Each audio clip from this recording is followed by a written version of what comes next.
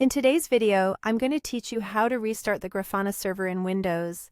Restarting the Grafana service is a quick way to apply configuration changes or resolve issues like dashboards not loading or plugins not showing up.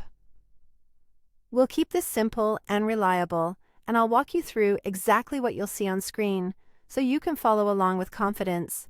First, open the Services window. On your keyboard, press the Windows key and R together to open the Run dialog. In the box that appears, type services.msc and press Enter.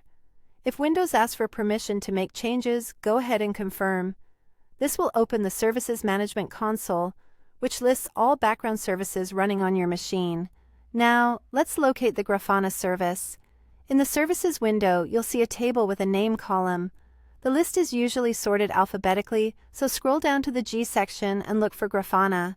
If the list looks unsorted, click the name column header once to sort it. A small tip: after you click inside the list, you can type the letter G on your keyboard to jump closer to entries that start with G. The service you want will typically be named Grafana. With Grafana selected, it's time to restart it. Right-click the Grafana entry and click Restart.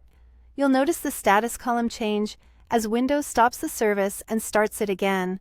This usually takes a few seconds. You might see it go blank briefly, then switch back to running when it's back online. If the restart option is unavailable, you can choose Stop, wait a moment, and then choose Start to achieve the same result. While the service is restarting, be aware that anyone connected to Grafana may experience a short interruption. This doesn't affect your dashboards or data. It simply refreshes the service so changes take effect. If you recently edited configuration files, this restart is what applies those updates.